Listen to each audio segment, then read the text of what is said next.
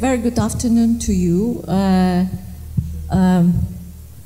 to our distinguished lecture series, The Challenges of Humanities. We have wonderful guests today's afternoon, Professor Margaret Archer, who is one of the most renowned scholars of her time, sociologist, social scientist, theorist, who set up the Center for Social Ontology, which is more now at University of Warwick, when she spent most of her career, but also it goes internationally with many universities. Our series is very peculiar. We invite international scholars to discuss the challenges to humanities of the 21st century. We can have this lecture in a very cozy family atmosphere. That's why couches are here. We have our mistress tonight with us, and we can discuss the pertaining issues of the challenges of the humanities with the lecture on reflexivity, mediating between structure and culture to influence agency. So, Professor Archer, please, floor is yours. I do apologize, I cannot do it in Polish. My Polish extends to being able to recite, I think, 3 nursery rhymes, but I don't think you want to hear my version of Pan Kotek, do you? So let's get on, after thanking you for coming at the end of the day to do this listening and questioning. It's very good to see you all. And as with any topic, the question is why? Why do we need to talk about reflexivity? Well, let's not prejudge the answer. Do we need to talk about reflexivity in order to explain how structure and culture influence agency? Because as all of you know perfectly well, there are many theories that imply that there is structural determinism or structural influence. It can vary, and the same for culture on agency, but they don't refer to reflexivity. So it's a very valid question for you to ask, why am I dragging reflexivity into this central problem of social theory? Well, this comes of being a critical realist myself, belonging to the group of philosophy of science started by Roy Bhaskar, sadly deceased, died 2 years ago. And the nice thing about critical realism is that we never see it as a finished product. It's always something which is being refined, added to, extended, and if it stopped being that, it would just be dead. So anybody who is tempted to use it, remember, as a user, you're also a creator. You're part of its development, and it is spreading throughout the world. I learnt the day I left to come here that we got a new group of 19 critical realists in Southeast Asia, which is pretty amazing for a spread. But back to our topic. Why do we need to talk about reflexivity in order to talk about structural and cultural influences upon us as agents, actors? I'm going to avoid the term individuals. Of course, we are individuals. Roy Bhaskar also avoided it. He used to talk about us in our concrete singularity, which is awfully heavy, so I'm not going to do that. The only reason we avoid the term individual is so that we don't get confused with individualists of various theoretical kinds, in particular, and most generically, with methodological individualists. because none of what I'm going to say is reducible, which is the hallmark of methodological individualism. None of it is reducible to individual terms, because realists have a stratified social ontology. Now, are you familiar with all this? Because I don't want to repeat, you know, what you are, what you know perfectly well. Do you work in terms ever, or read in terms ever of stratified ontologies? That there are different, it's a geological metaphor, that there are different strata, different levels, and these have different properties and powers. And that's following the geological metaphor through, but it's not taking it slavishly.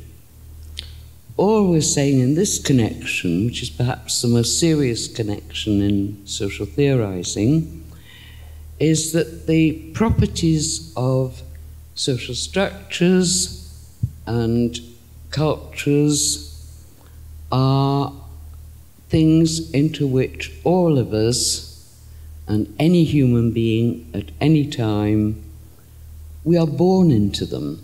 And that goes for any child born into the future. Of course, the structure will be different, and historically it's been enormously different.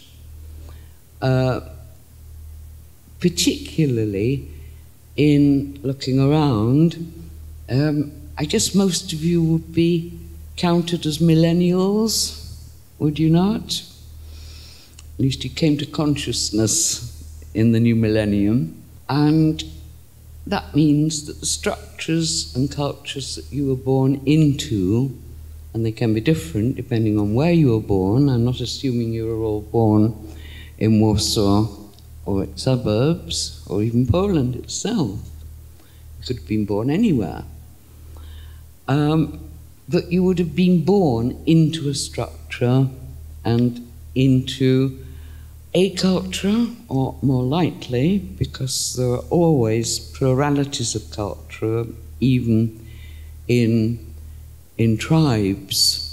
I mean, I was amazed the first time I went to Australia, to the Northern Territories, for example, to discover that the Aboriginal people speak 200 different languages.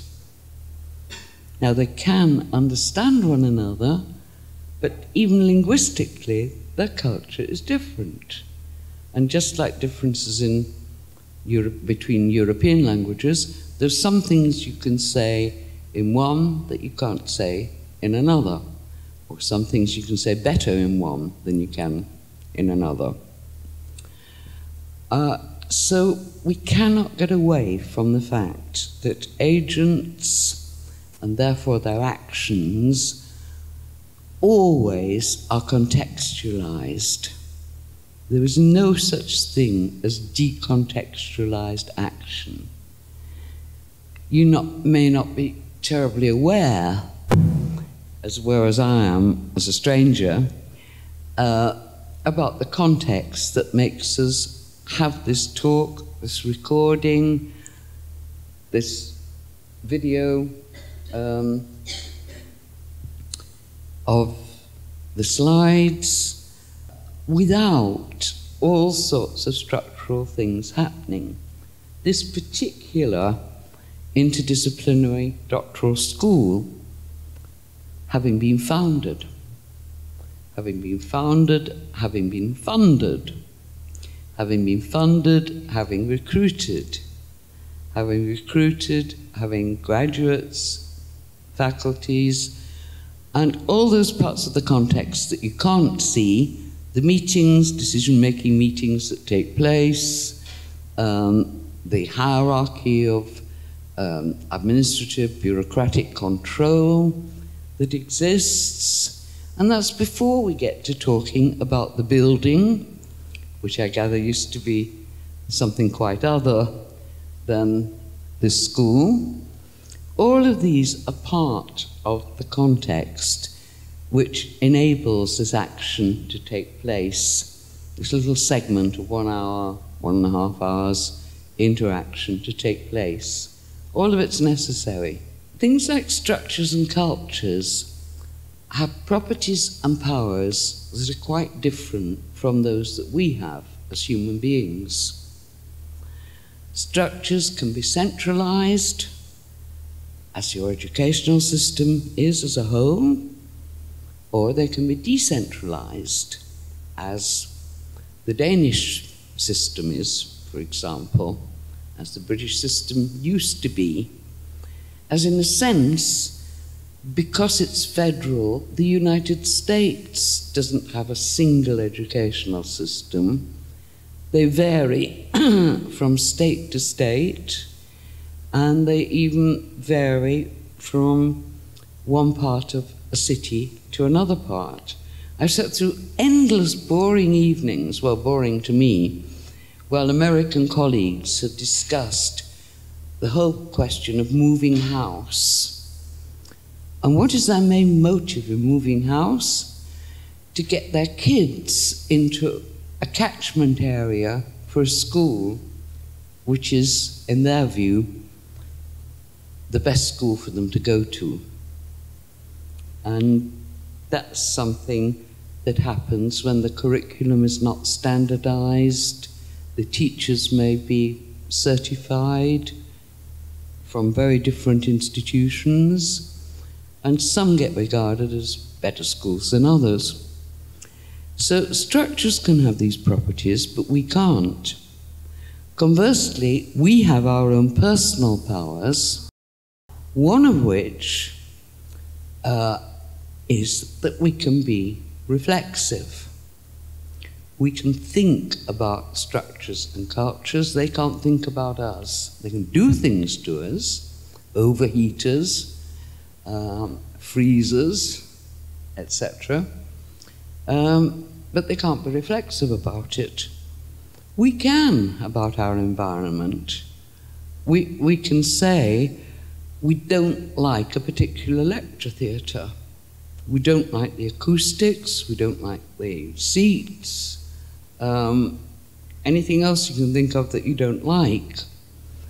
So always there is this interplay between the properties of structures and cultures and the properties and powers of human beings within them. So I conclude from that we need to examine their interplay. We can't just look at one and assume that tells us everything about the other one. That would be structural determinism or cultural determinism or agential determinism. And none of them have that power to cancel out the other. So immediately we have to ask how is the most important question now. How does structure and culture influence human agents? Because without an account of how this influence is exerted, we simply have a statement, a realist statement, about structure and culture being prior in time, earlier in time, than the activities that are taking place within them. Now that may seem a very obvious statement. It is. Its implications are vast, and it was the beginning of my own morphogenetic approach, which some of you, I think, came to some of the other lectures this week, didn't you? No, we didn't coincide. You can ask questions about that. Structures and cultures pre-exist us. They have relative autonomy from us.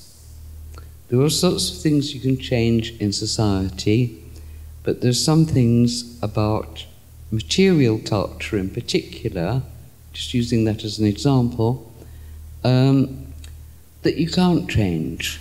You may be able to eliminate them. So let's take the pyramids. You can't alter the pyramids, though using an atomic bomb, or a nuclear bomb, you could certainly eliminate the pyramids. But there is no doubt that even as you are eliminating them, you are eliminating something that was prior to yourselves, that had relative autonomy from you. If you, the bomber, had not been born, the pyramid would still be standing. When we're talking about structures and cultures rather than about pyramids, they have causal effects upon us. They exist at a higher stratum, we would say. Now, realism itself resists reification. We don't want to say structures are floating out there.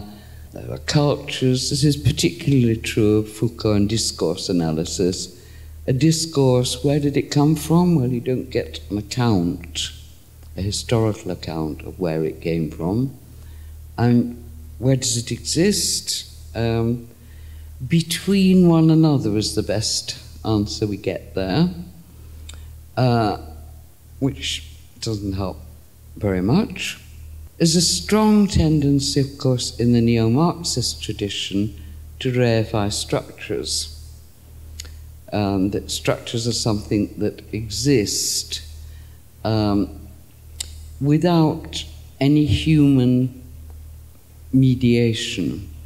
Certainly, they depended in the first instance upon human activities of production, of human labor, of wage labor, of exploitation, etc., etc. But do they still? Take a statement like profit derives from labor power, from the wage form. Well, the wage form still exists, but profit certainly doesn't derive exclusively from labor power. In fact, if you take the national exchequer in any country, it doesn't derive all of it from taxation, it doesn't derive all of it from tariffs. It derives quite a lot of it from the finance market, simply from financial trading, which is why it's often called financialized capitalism these days. And you really need to get to grips with these processes of financial trading to understand precisely what's going on and how it's stocking the national revenue. Now, all realism says, which is why I started this research on reification, is that the causal power of social forms is mediated through social agency. Now, that's good in the sense that it's grounding it in what we do, but it's not telling us what it is that we do that produces this particular social form rather than that one. It tells us nothing about the mediating processes until, like unpacking a suitcase, we've unpacked what a mediating process is. Now, in Roy's work, and I'm not criticizing him because for quite a few years I didn't do any better than this, and in fact really rather reproduced it. Through is simply translated or presented as conditioning. So you would say that some social change was conditioned by structure and culture. But is that any better? Is it any more enlightening to talk about conditioning? What do we mean by that? Well, we don't mean what conditioning originally meant, the sort of associative training that made Pavlov's dogs salivate when a bell rang. They were conditioned to know that when the bell rang, the food would arrive. It's not that sort of conditioning, but if it's not that, what is it?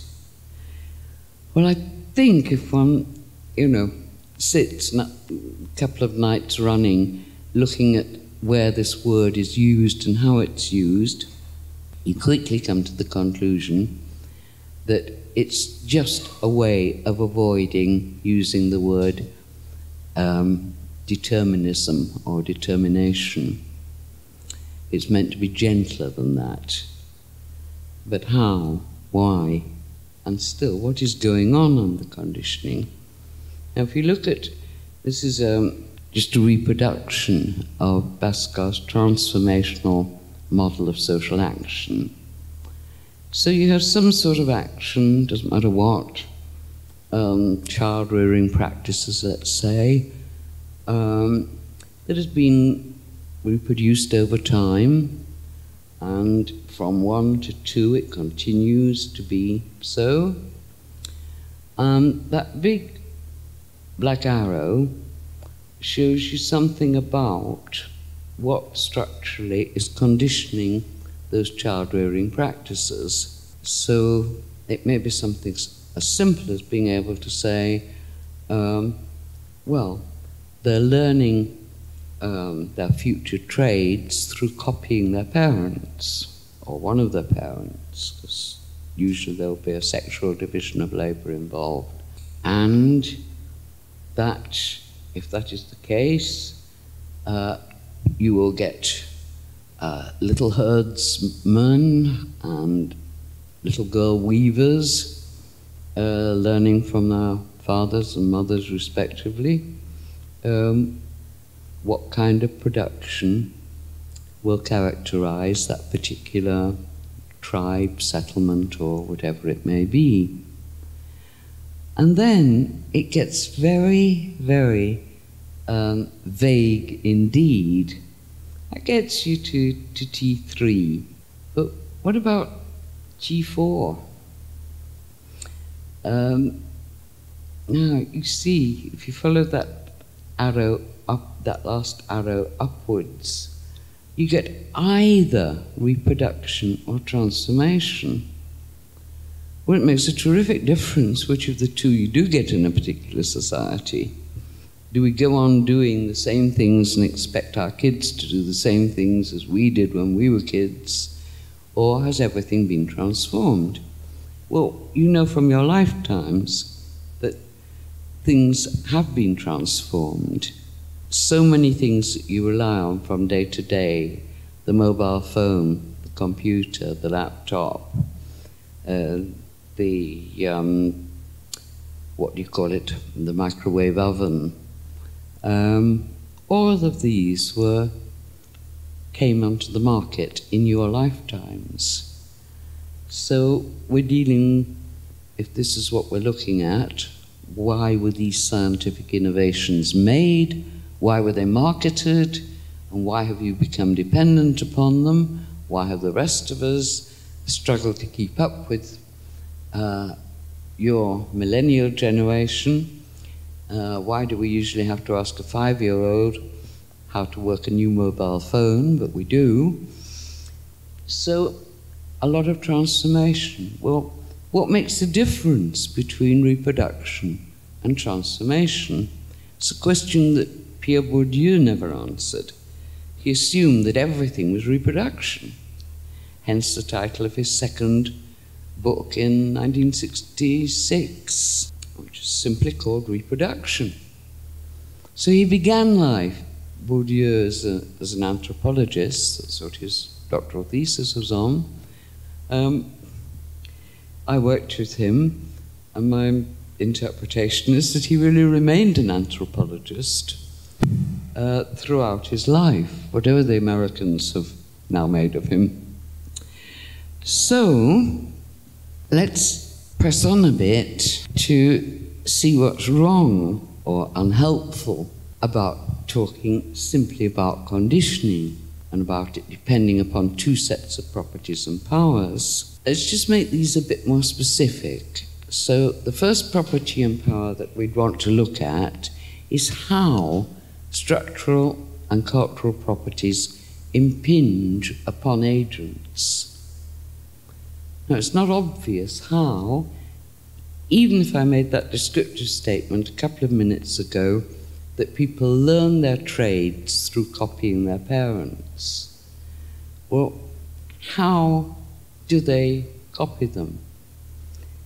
A little boy can't walk as fast as a Maasai warrior can walk. A little girl can't manipulate a loom that weaves a rug because her hands, her arms aren't long enough to do what her mother does. So she can't literally be imitating. She can't do it.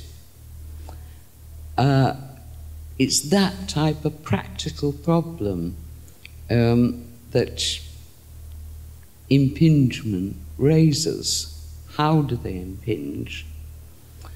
And secondly, how, once they have impinged, I'll come back to that, how do agents use their own personal powers to respond?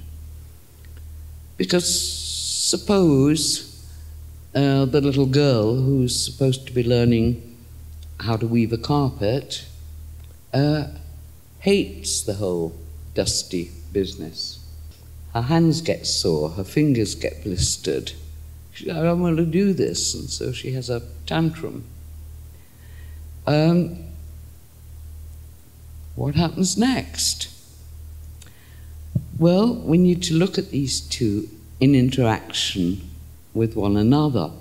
We can't deal exclusively with structure and culture impinging on agents and at the same time neglect how agents act back. Now, this made me think at the time of an earlier book I'd written called Realist Social Theory, and in this rather long quotation, and you're all welcome to have the PowerPoints if you want them, structural and cultural factors come from past actions.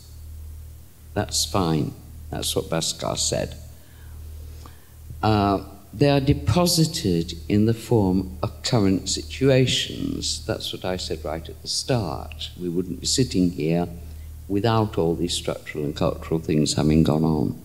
And what went on in the past also accounts for what there is to be structurally and culturally distributed.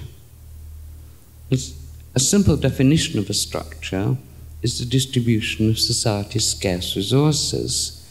What makes those resources scarce at one period and more generally available at another period? Some sort of social change. But do we have to explain social change in order to explain that? The answer is probably we do. But since we can never do infinite regress right back to the beginning, what we do is not arbitrarily, not conventionally, but in relation to our research question, we say, if we're researching something like when and why did women get the vote in Poland, you would start at a particular date. It would be a very different date if you wanted to answer a very different research question, one that's always puzzled me, but I've never had time to read around it.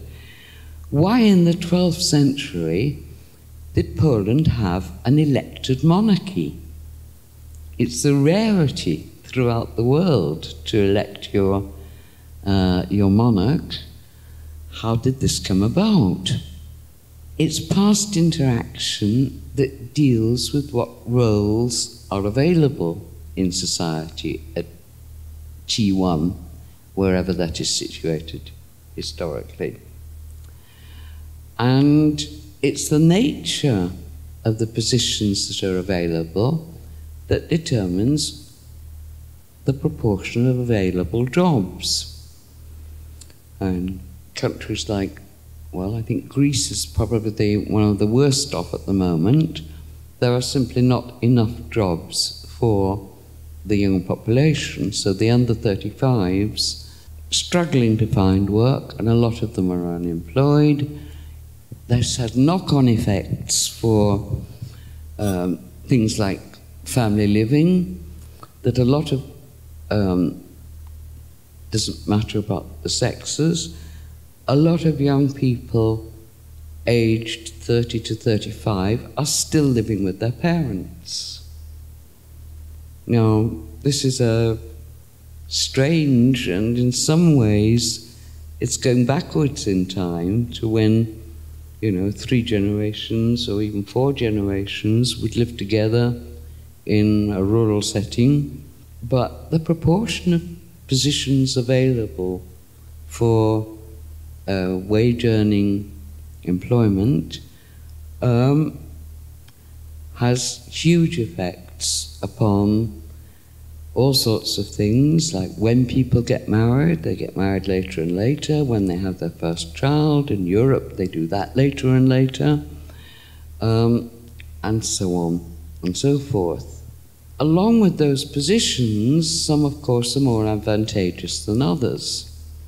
So, if we take Europe as a whole, there are many more positions as university teacher, lecturer, professor, than there are in the developing world.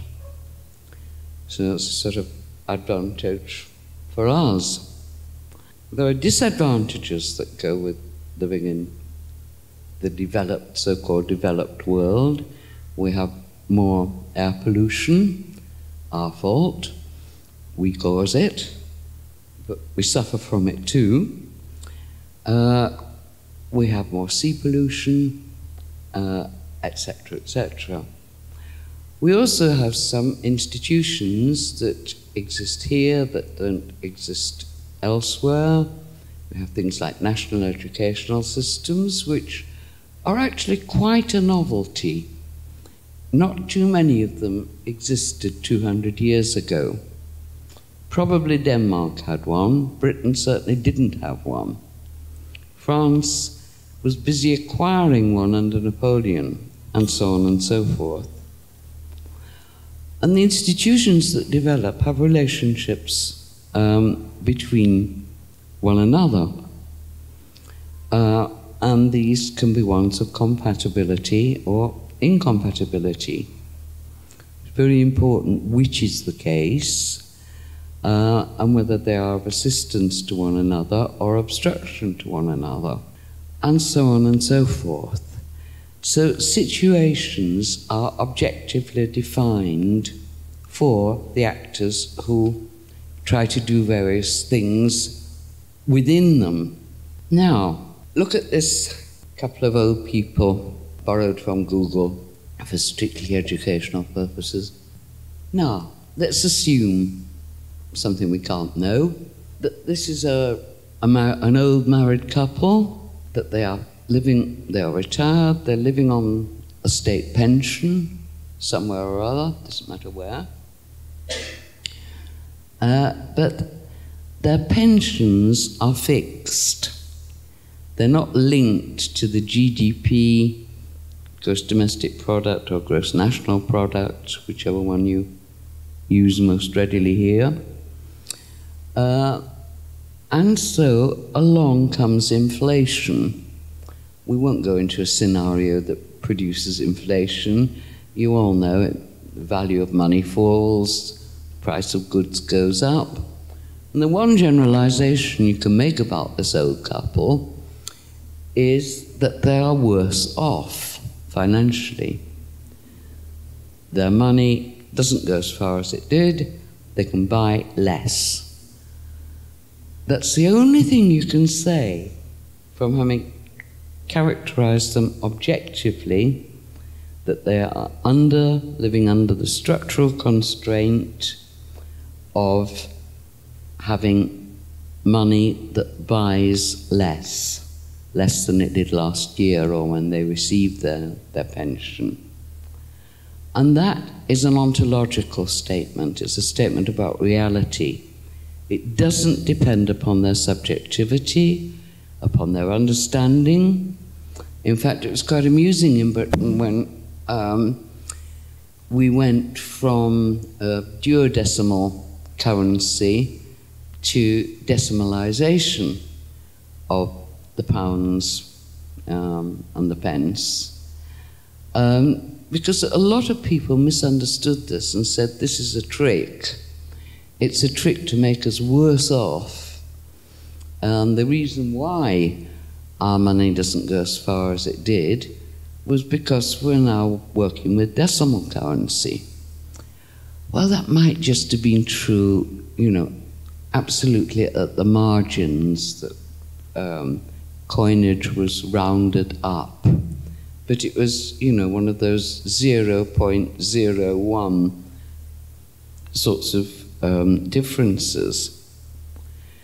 So what is it that they do, and do we need anything more than objective constraints to say what they do? Well, yeah, we do. I'll give you an example which I really picked for Professor Gorobska, a migration example. Have any of you, all of you, heard of you don't need to know anything about them, but of the Irish potato famines in the 1840s? Yeah? It was some kind of blight or bug that meant that the potatoes they'd saved for winter, that were their staple diet, got infected and were inedible. Right, people were starving. People were dying. Oddly enough, Ireland had a census. I really don't know the answer to the question, why did it get a national census so much earlier than most other European countries, but it had one. Statistically, it probably wasn't any good. But it was good enough for people to do studies about who went, usually, to the United States versus who migrated to Britain. And what they discovered for county after county in Ireland was that for every person who migrated, one stayed. It could be within the same family, it could be within the same village. It seemed to have no relationship to anything objective about their circumstances. Now, all sociological statements are fallible, including that one. There may be some hidden feature of those circumstances that nobody has looked into. That's always possible. It's a way of getting out of the problem by saying, let's blame it all on contingency. Let's say there's some mysterious factor that we haven't identified that was responsible. Well, why do we need mysterious factors when we're looking at precisely who is responsible?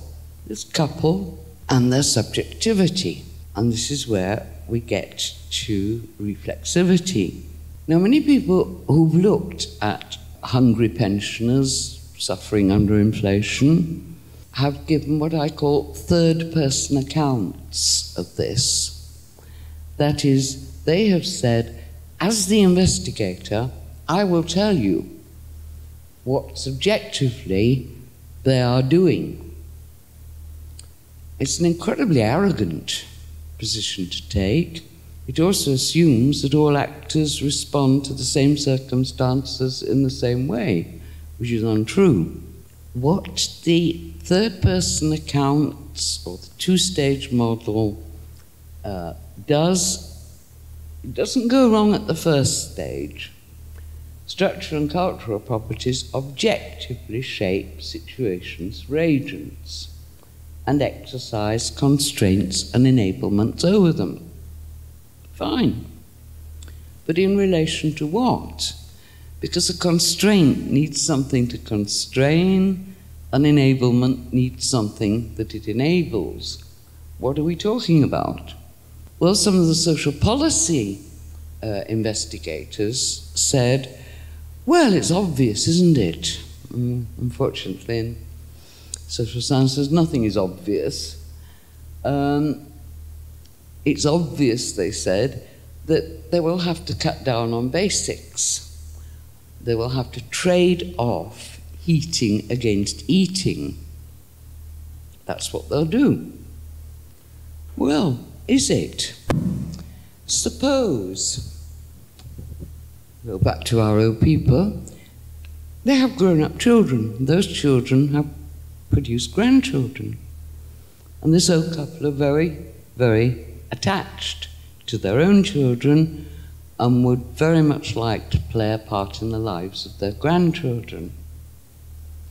But, for reasons of the distribution of employment, let's say one of their children is living in Australia, another in America, and a third one down south in London. Now, those children matter to them.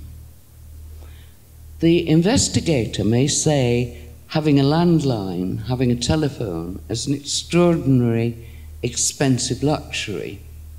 So luxuries will get cut first. But not if they are central to people's concerns. Yes, this couple will not be found eating caviar. They've probably never eaten it in their lives. But they will be very, very reluctant to have the phone taken out, because that is their mode of contact most of the time with their children and now their grandchildren. But the social policy theorist will say they will trade heating off against eating and the phone will have gone. And this is typical of the third-person account. In other words, subjective properties are imputed to agents, and they're assumed by the researcher to govern their actions. So neo-Marxists will tend to say actions are always to promote your vested interests as a group. Rational choice theorists will say everybody does cost-benefit analysis to determine what they buy, how they invest, or even in the case of some of the economists, who you marry. There's a lovely theory called the economic theory of everything, which says don't frequent places where you might fall in love with somebody so much poorer than yourself. That will damage your utilities. You stick to the elitist tennis club or whatever it may be, and like marry like, and you won't be impoverished by your romance. Well, of course they can produce some corroborating statistics for that like does tend to marry like, not for their rational choice reasons, but because like tends to coincide, tends to meet, tends to greet, tends to go to the same schools, go to the same coffee shops, and the same clubs, and the same pubs, and the same areas. And finally, we have some very popular theories which are just as bad in this respect. Bourdieu appointing habitus as something that you acquire from your family, becomes virtually your habitual mode of action, and you go on behaving in that particular kind of way. He's a bit more sophisticated because he says, yes, if circumstances change, your habitus has some elasticity and adaptability to it. But what do all of these three kinds of accounts, which are third-person accounts, what do they have in common? They are all hydraulic accounts. They don't appeal at all to the third person, to the agent's personal powers, to the agent's personal subjectivity or reflexivity. What they do, and sometimes they do it quite well, or very well even, is to describe how social properties and powers impinge on agents, but not how they're received by those agents. And that example of Ireland, for everyone who migrated, one remained, shows that there are different ways that people can use their personal powers to respond to identical circumstances, or as close to identical as circumstances ever are. So we do need to bring in the subjective reception of what people make of their circumstances in the light of their concerns, like the old couple caring about having telephone contact with their grandchildren, their own children. In short, we need the subjective reception to explain what people do, because they don't all do the same thing. And without this, sociology just simply settles for what most of the people do most of the time. And that's what the correlation coefficient is, if it's high. Tells you that there's what David Hume called a constant conjunction between two variables. And that's not good enough because A, you can't predict, and B, you can't explain. And if you try to explain, then C, you may well get it wrong, as most of the social policy people did for the retired couple. So, this is why we need to bring in reflexive mediation, the reflexive deliberations that mediate between and explain the conditional influence of structure and cultural factors upon the courses of action taken. Now, I've given you in the bullet point 2 my own definition of reflexivity. That comes from Making Our Way Through the World, page 4. In other words, everybody, normal is used just as we use it in everyday speech. Everybody except the brain damaged or severely mentally ill people have the capacity to consider themselves in relation to their social contexts and vice versa. You can just as well ask, am I satisfied with my social context, as you can ask, is my social context worthy of me? Couldn't I aspire to something better? Why not? The last 2 points I won't go into. They're there in the books for you to follow them through. What we need to do next is to find out how reflexivity is practiced. And this is not my own genius of an invention. If anybody deserves the credit for having thought about the internal conversation as how reflexivity operates, it will be Charles Saunders Peirce, writing in the 1930s as an American, one of the great American pragmatists.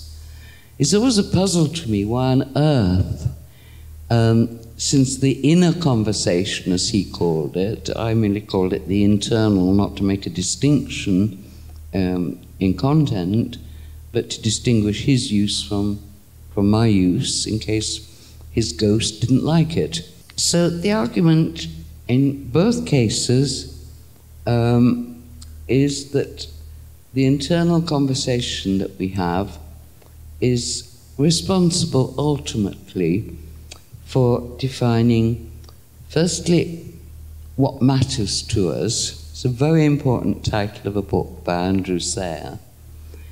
And Harry Frankfurt has an equally important article called The Importance of What We Care About.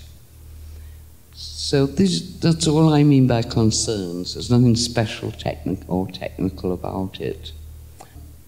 And just to have a concern, something that matters to you, doesn't make it a good concern or a bad concern, or you a laudable person, a praiseworthy person, or a blameworthy person. A concern is just what matters to you. And it can be, and I've had real subjects in various universities, so I won't name them, who have said what matters to me is the availability of campus drugs, or drugs on campus. So the next fix can be the most important thing to a particular addicted person. Concerns can be anything that you care to be concerned about. You can say how pathetic to somebody, usually middle-aged, who cares more about model aircraft building than anything else. He's actually doing no harm to anybody that one can see. Maybe he's not pulling his weight domestically, but maybe he never did. So a concern is just what you subjectively care about, and we should be non-judgmental about it in terms of this theoretical framework. From concerns, we get to projects. If something matters to you, what can you do to achieve it, or to guarantee that you will always have it? What course of action? And if you hit upon a course of action that works, that can become an established practice that you do in any social context where it's relevant, and probably for the rest of your lifetime. So you could present the individual's quest, or the group's quest, if this is done collectively in something like a trade union, a charity, a voluntary association, as, first of all, define your concerns, what represent internal goods to you, develop your projects. You may have to revise them, you may not get it right the first time. This is the micro-life politics that you are living out. And if you are successful in hitting on a course of action that does satisfy your concerns, this becomes your modus vivendi, your way of life. And not everybody is fortunate enough to complete that particular scenario. So what we've got here now is the internal conversation acting as the mediatory mechanism. So the internal conversation is mediating between structurally shaped circumstances and what we make of them as we think them over. Because one of the things we may encounter is that two things matter to us, or three, there's no limit, and yet they're incompatible. Now, if they're incompatible but one of them is trivial, most agents can solve this problem for themselves. Some of them may be so trivial that they're compatible with just about any other. So if you really like ice cream, it's not going to be your ultimate concern but nor is it likely to get in the way of whatever your ultimate concern is, whether it's your religious life, football, or whatever it may be. You can still continue to be an ice cream eater. Now, our projects become something really rather more serious. You may not see it as a project, but actually you are all engaged in one particular project, which is to gain the degree that you are registered for here at this particular institution. And certain things will constrain it, and certain other things will enable it. I mean, one of the sad things for students is that lots of things, important things, happen at the same time. So getting one of your degrees often coincides with falling in love, getting engaged, getting married, and partnering, however you go about it. And one can interfere with the other, and you can have big problems there. What you cannot do, you've got to try and tackle that problem. Either negotiate your way out of it with your partner, or you may be pushed to say, finito, end of the affair. It's getting in the way of my career, far too much for me to continue with this. But we can't make of our circumstances just what we please. Get the circumstances wrong, the objective circumstances wrong, and you pay the price for it. So if this young couple that we're sort of playing with to illustrate things, if this young couple decide that they can rent an apartment at a certain price, and suppose they miscalculate, well, the owner or the agent letting them this apartment will close it on them and tell them to clear out. Now, not only will they have nowhere to live, but they'll have a bad credit check when they next try and take out rent on an apartment. So these things are entirely objective, they have objective knock-on effects, and they can be very serious in terms of agents' projects. This is where we would shift to the three-stage model. You would like to know into the home straight. Begins in exactly the same way that all action takes place in a structural and cultural context, which is objective. Subjects have their own set of concerns, and it's those concerns on which the structural and cultural objectivity enables or constrains. And courses of action are produced through agents trying to foresee a little distance into the future, but all agents are fallible, about nearly all subjects, including what rent they think they can pay by clubbing together or in partnership with one another.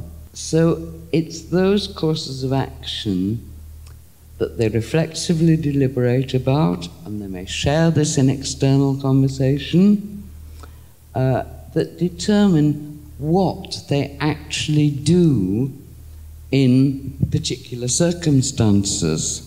And without that mediatory mechanism, we're stuck without an explanation of what people actually do. We settle for what most people do most of the time, or even more feebly, under circumstances X, Y percentage of people, Y percentage of people will do Z. That is about as non-explanatory as any statement gets. It's just a descriptive bit of statistics. And it's one that will again, to go down to the last bullet point, have excluded our personal powers, rejected our projects, our concerns, and our human subjectivity, which is one of the major things that differentiates one person from another. So instead of going down that track, by introducing reflexivity, and I assure you I'm going to stop on this one, we can allow for the fact that both individually and collectively, that we human social agents seek many different ends. We are radically heterogeneous. We can modify our goals and our aims in terms of how we evaluate contextual feasibility. In other words, this is not something which is static and which you can reduce to psychological terms of being extrovert or introvert or something of that kind. And above all, agents are not passive. So I'll just finish on a story, a very quick anecdote, about a woman I interviewed in Coventry, in the Midlands in England, who I was full of admiration for, because she was not a passive agent or actor at all.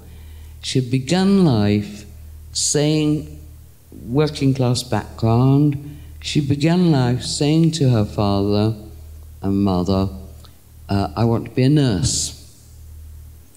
Her father, don't ask me where he got this from, and she wasn't really very able to describe it.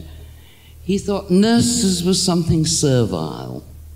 He thought it was like being a servant because you had to do all the dirty work with bottoms and wounds and blood and messy substances. That seemed to be at the core of his thinking. And he would not let this woman, whom I called Joan, it's not her own name, he would not let Joan go in for nursing training. But what did she do? Well, you can read the little story in Making Our Way Through the World. She didn't say, oh, isn't it dreadful? She didn't do the equivalent of a kid having a temper tantrum. She didn't just turn her face to the wall and go depressive. She settled for second best. Half a loaf is better than no bread. So she became a nursing auxiliary. All right, it's not the same as being a nurse, not the same responsibility, but it was the environment she wanted to work in, and it was being a help to her fellow humans, which mattered to her very much.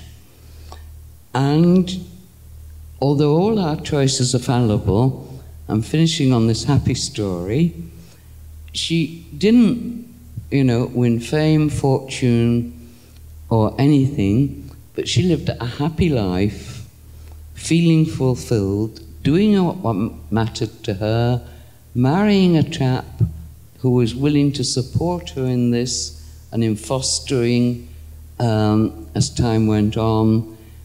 Oh, it was a huge number of children. It was in the teens, 14 foster children they had.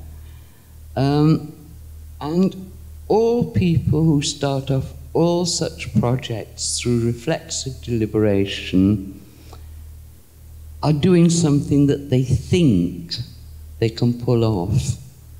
They're always doing it fallibly. We're all fallible all of the time.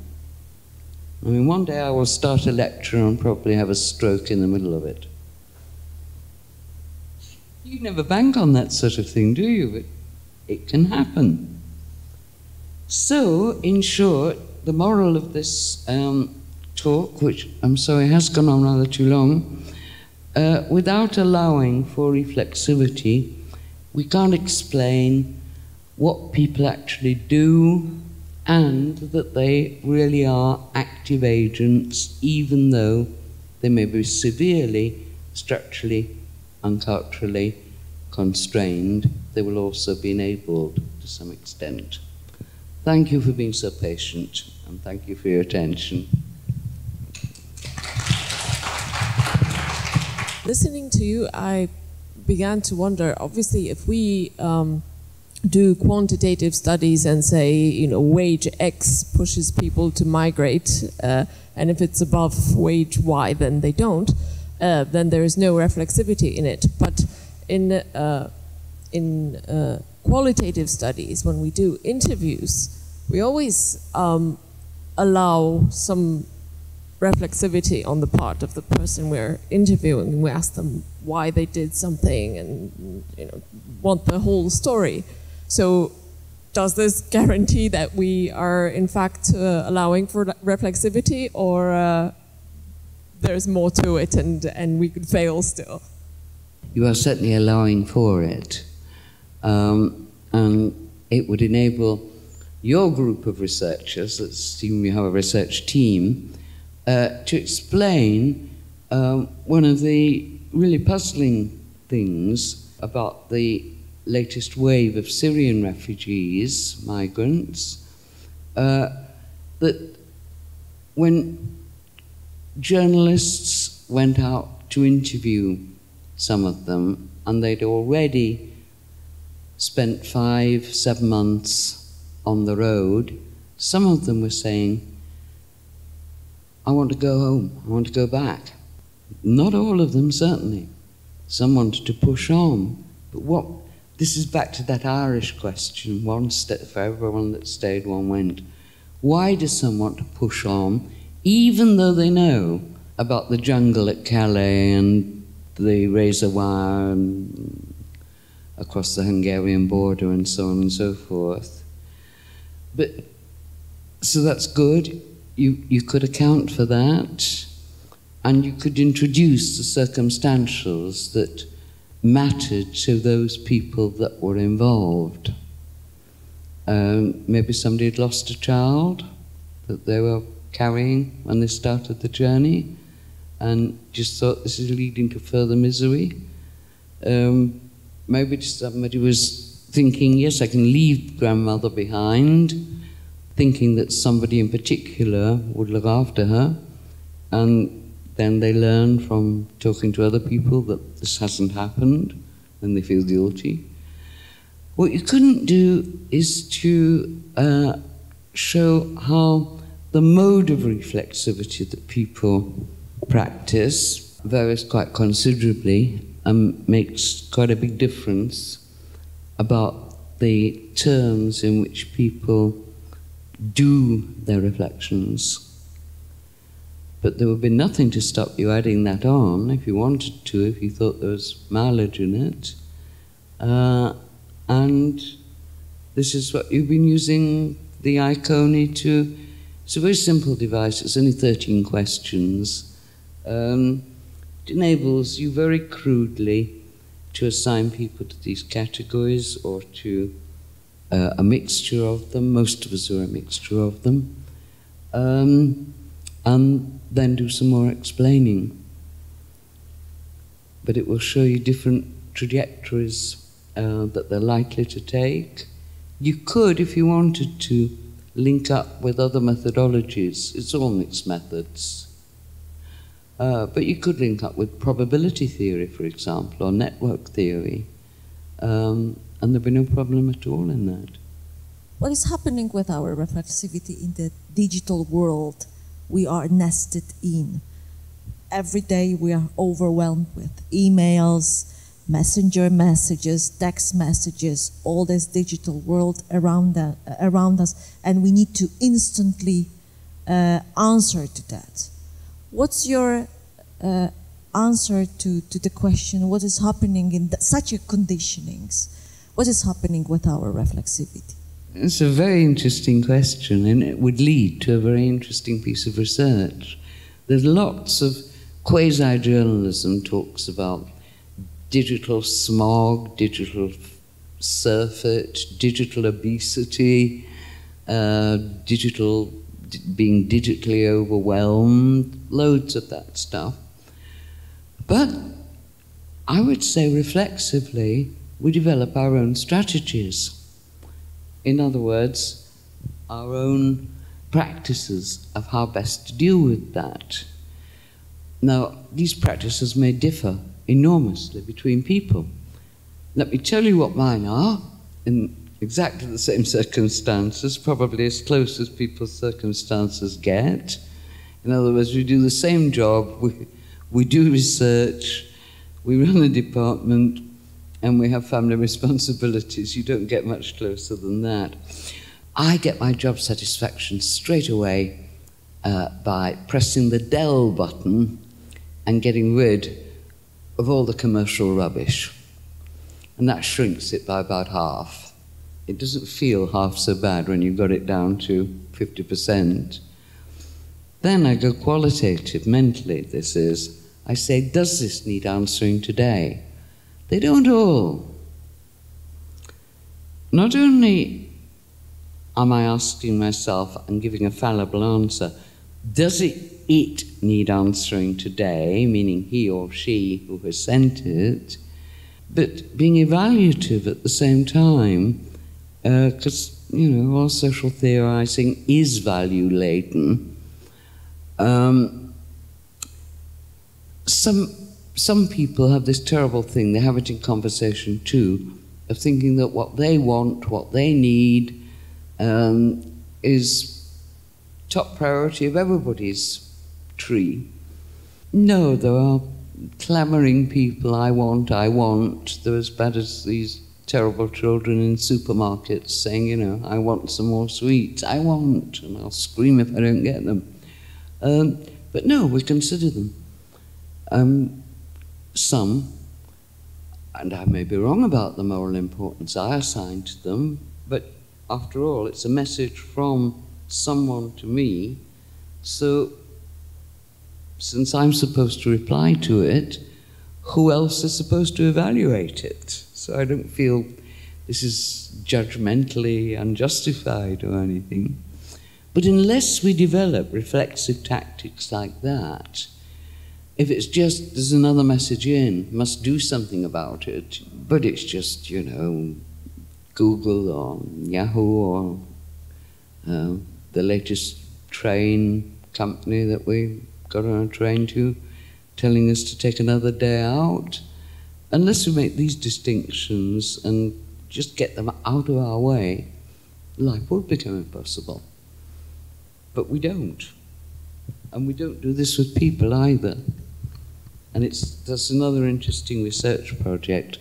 I mean, some people will give lengthier responses to particular people that they consider higher up the hierarchy than they will to people who they regard as at the bottom of the heap, whatever heap this is. And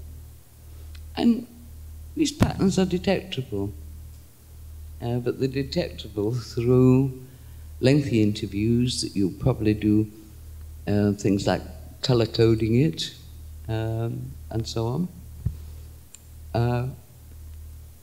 But there's a lot more to interviewing about reflexivity than there is interviewing about what model of car would you like to have, which can be a one-word answer. Even if you ask them why, yes, I know there are certain people who can go on forever about their ideal car, but it's not necessary, whereas sometimes it is for these sorts of things. Did you discover somehow in your research any connections between type of personality and reflexivity?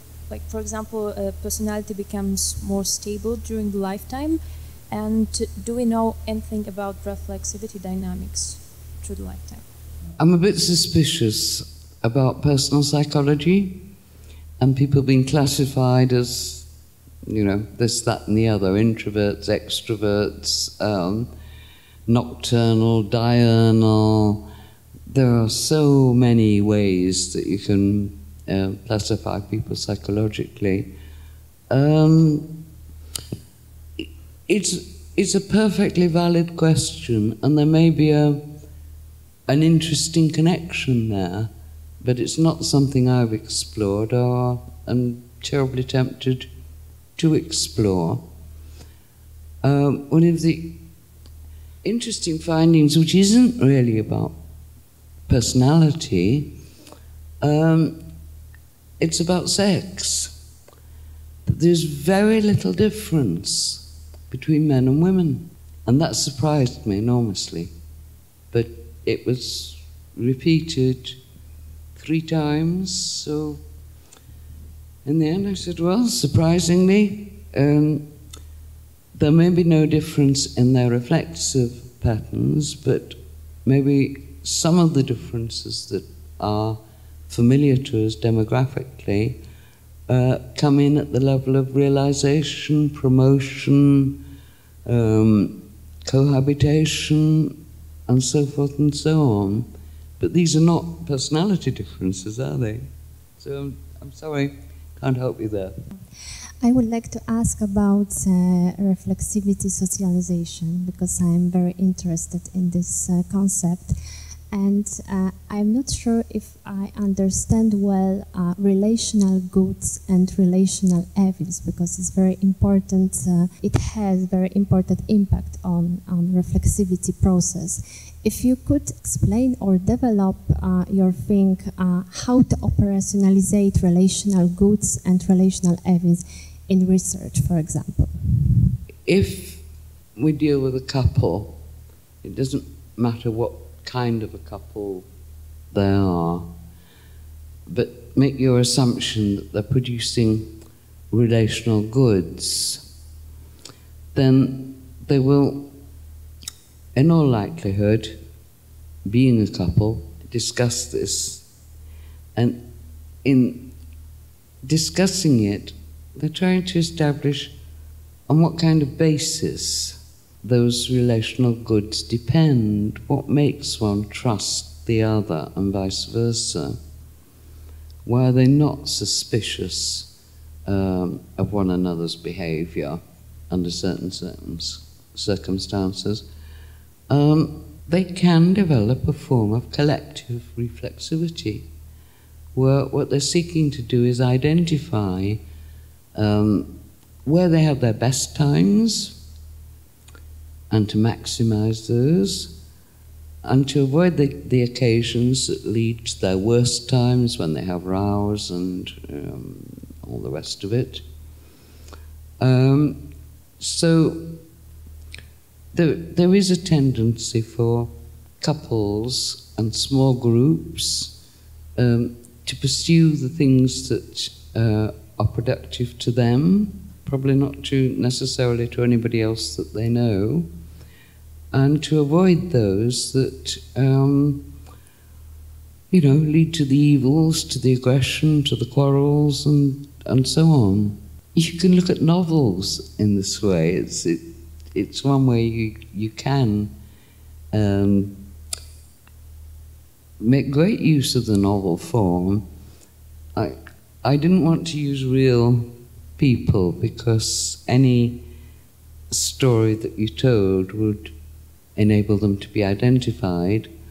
So I used the end of I used the storyline of Anna Karenina, and how she and her partner, Vronsky, go from bad to worse, because they make decisions together that actually intensify their evils until they get to the point where Anna can see no future whatsoever in this relationship or in life at all, and that's the point at which she throws herself under the train.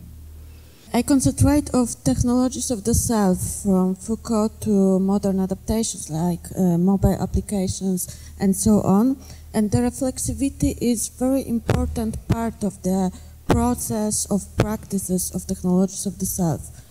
Have you any ideas how reflexivity could have influence of the consciousness of self, or being agent or individual, or having this power of individual?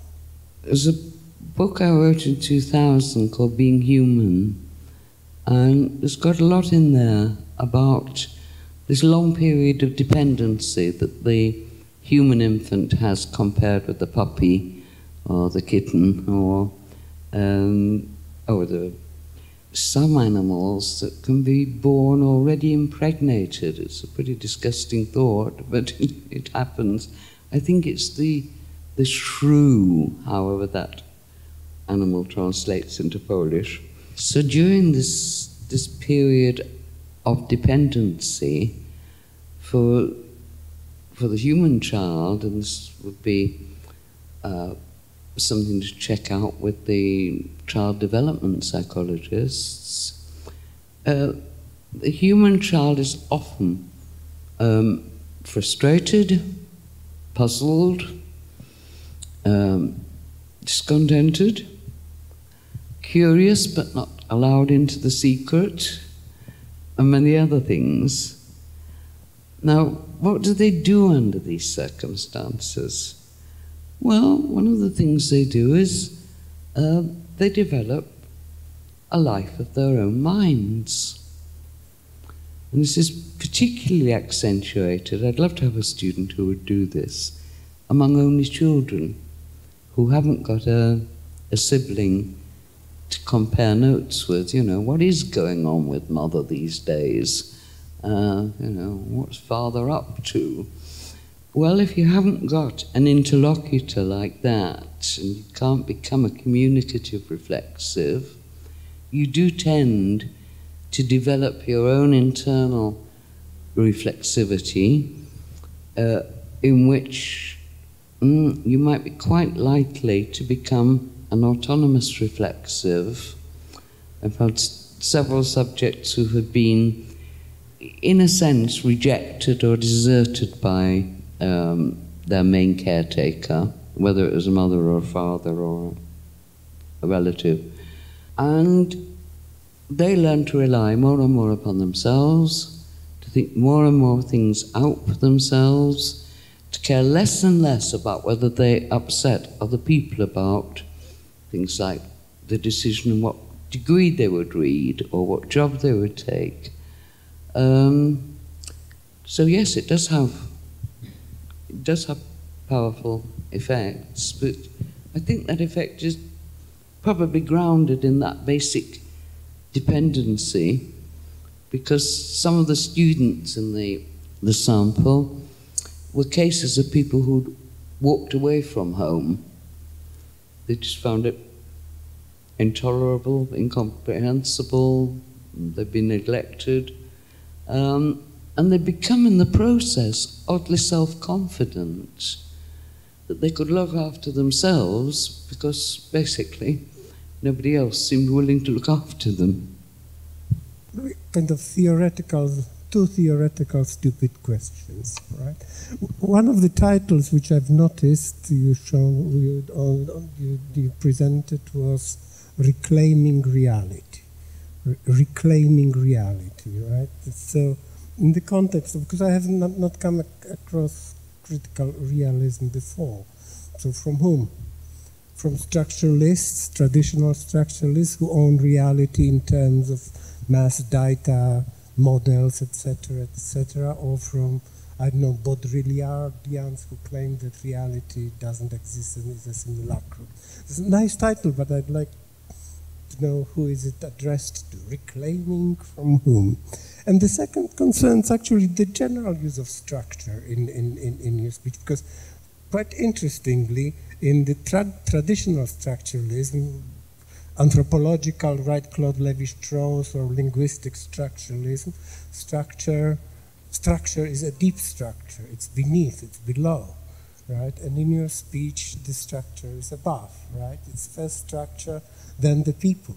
And in one sense, because you've mentioned Pierre Bourdieu, right, who sort of withdraws from traditional anthropology into habitat, which is midway, right? It is, of course, habit, repeated things, but also the space of living, habitus, right, and habitation are hidden. He's French philosopher, right, so he always plays with words. So, no, the second question, why is structure higher in your theory than the people.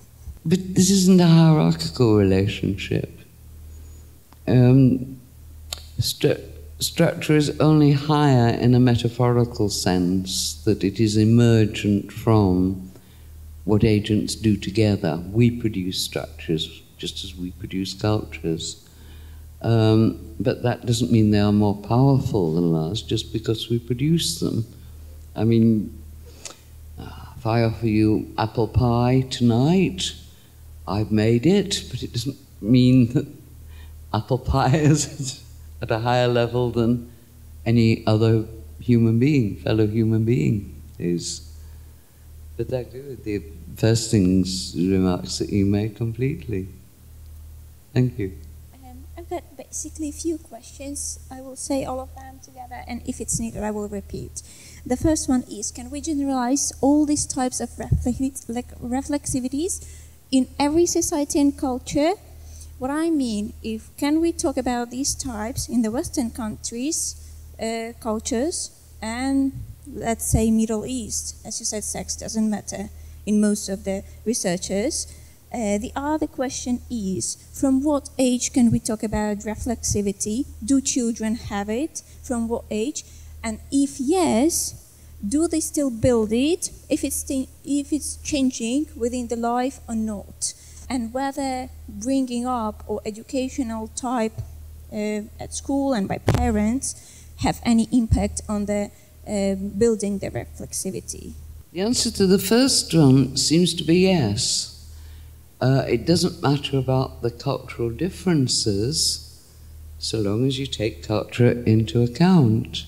And as far as we know so far, the same modes of reflexivity apply.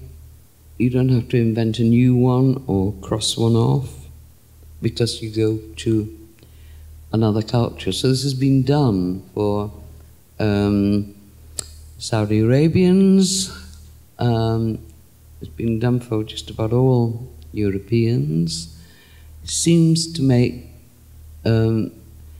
no difference to the actual process of reflexivity. It doesn't mean that they have the same proportions of people practicing each kind of reflexivity, and there are certainly some circumstances that seem more likely to inflate the category of fractured reflexives, and those would be situations such as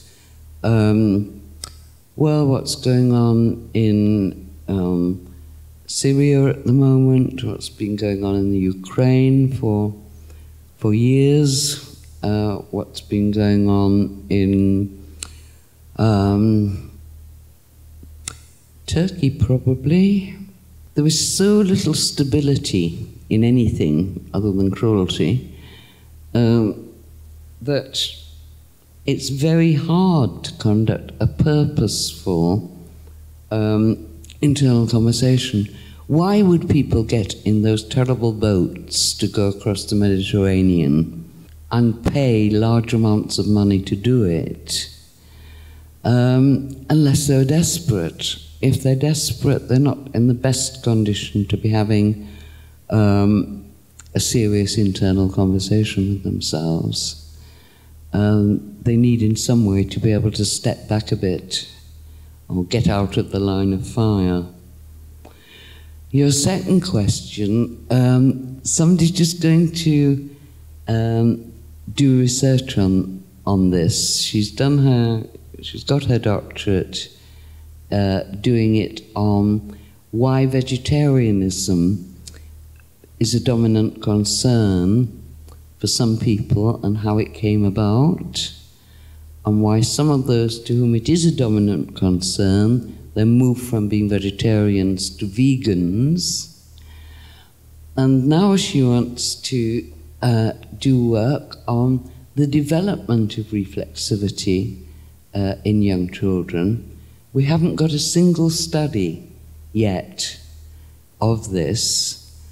We've got some very tentative and very tantalizing information from Piaget, because Piaget, I don't know if you all know this, kept a daily notebook on his own 3 children, and it has some tantalizing little bits about which show that the baby children, the under 5s, are certainly exercising reflexivity, not necessarily the sophisticated kind that we would, but he has one example which will illustrate it for you.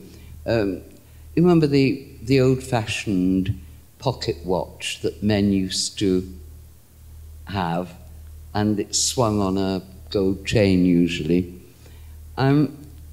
He started doing that in front of little Henri's cot.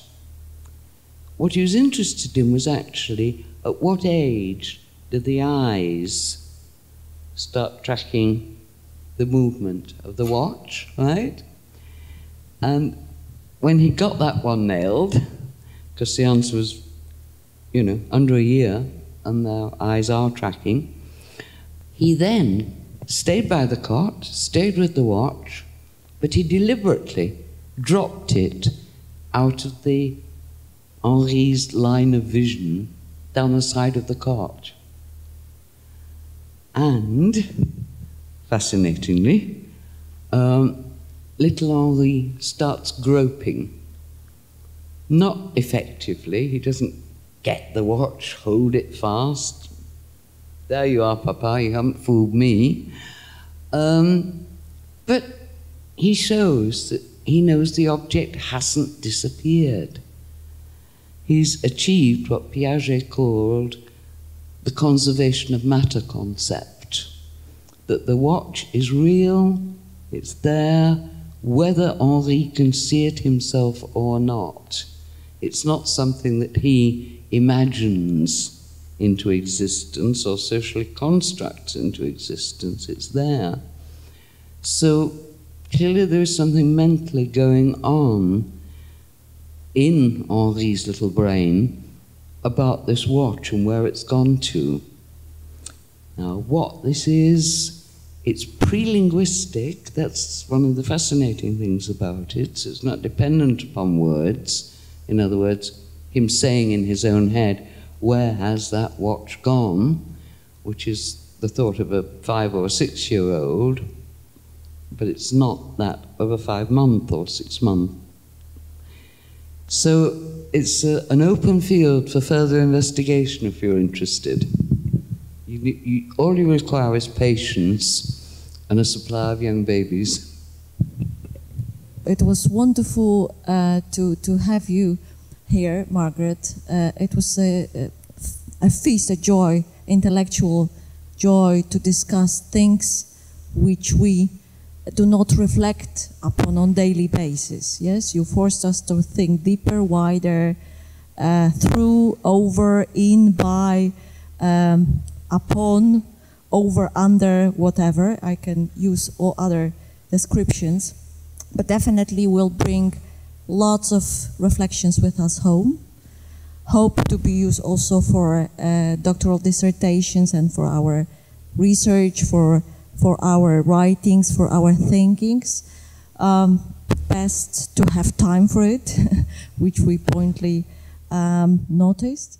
So thank you so much again for being at our University of Social Sciences and Humanities with our interdisciplinary doctoral school, with the lecture series, The Challenges to Humanities.